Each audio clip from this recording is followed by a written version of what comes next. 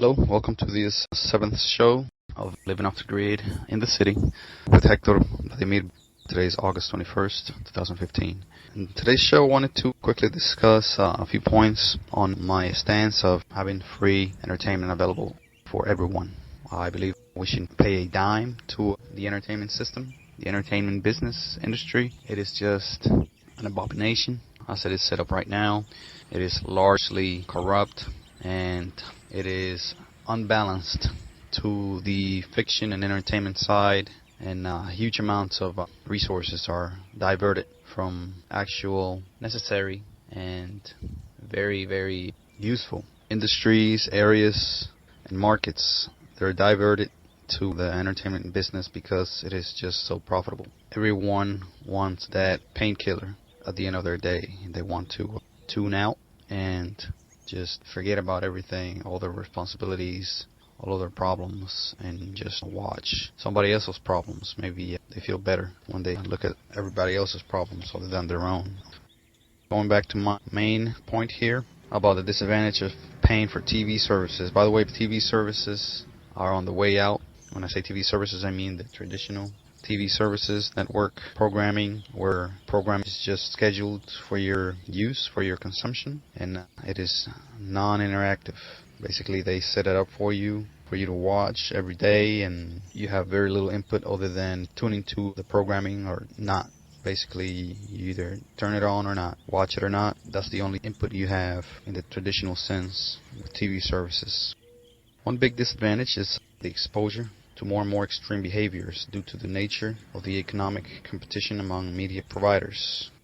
This is very true in my experience, my mind, my opinion. This is very noticeable, it's right there on the surface. All you gotta do is turn on your TV and browse the programming that's on TV these days. I mean, everything is about as extreme as it can get. And this is something the networks and the media owners are doing to attract more attention to TV in the wake of the internet, competition from the internet, satellite radio, and other sources of entertainment. But more than anything else, the internet. The internet is so powerful and is so attractive that TV services, traditional TV services, are on the run. A lot of them are just attempting to use the internet to attract attention to their programming on TV, or they're switching a lot of programming to the internet altogether. And this is a clearly desperate attempt to save an industry that should have been dead by now. Again, people are exposed to more extreme behaviors, and those behaviors do have consequences. There are many studies that back that up, and I will attempt to share those with you soon enough.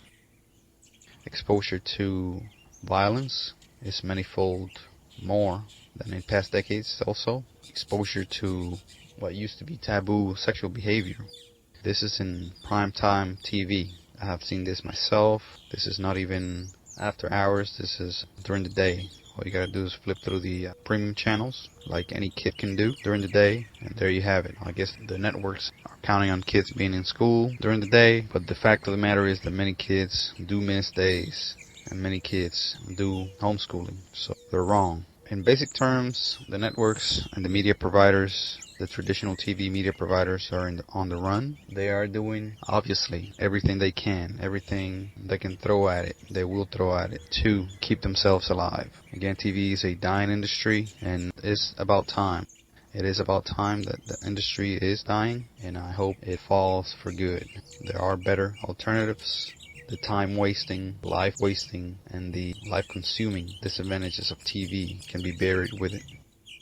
Also, there's very little incentive for educational programming, as seen in the falling financial performance of many of the educational programming and educational networks channels, such as Discovery, the Science Channel. I just saw that report recently about the falling financial performance of these networks, including the major networks such as Disney, Time Warner, and the like.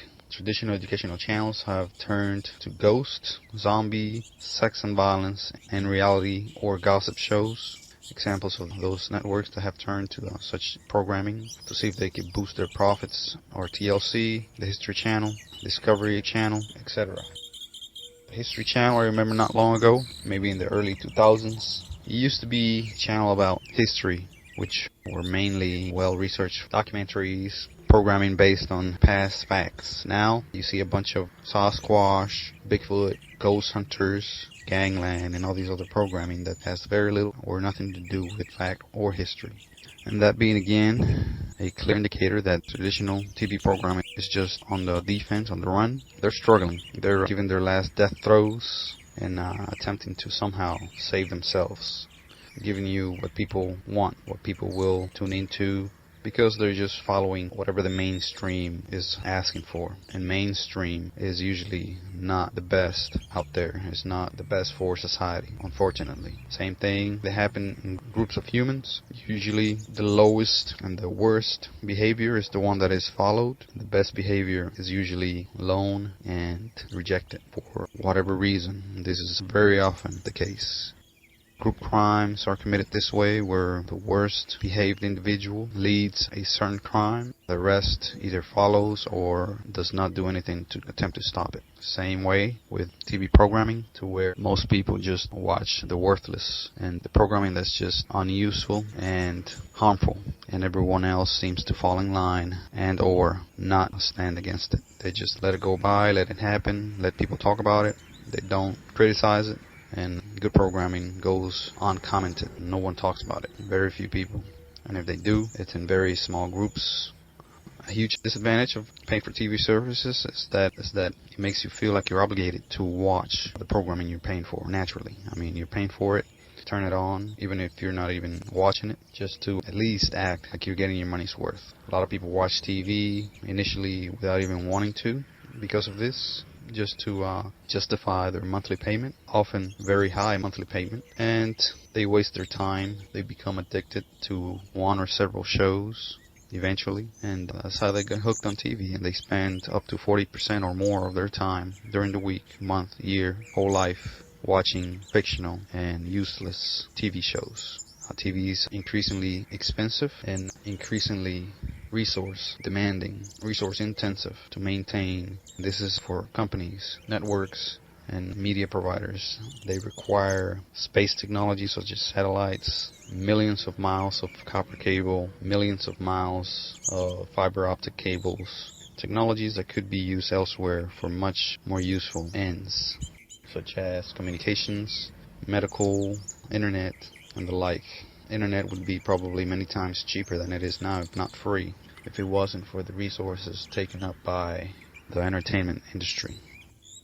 If the TV services were free, it would not be such large a spectacle as they are today. Something that is paid for eventually grows and expands and has more power over people as they are paying for it. And it basically grows into the culture, and people begin to see it and have it as an asset, as something to be proud of and something to show off to their friends. Like, yeah, look at me, I have cable. And whoever may not is looked at as being left behind and not advancing and not keeping along with everybody else. Computer-generated imaging, CGI, and cinematics are largely used for the high-end entertainment business.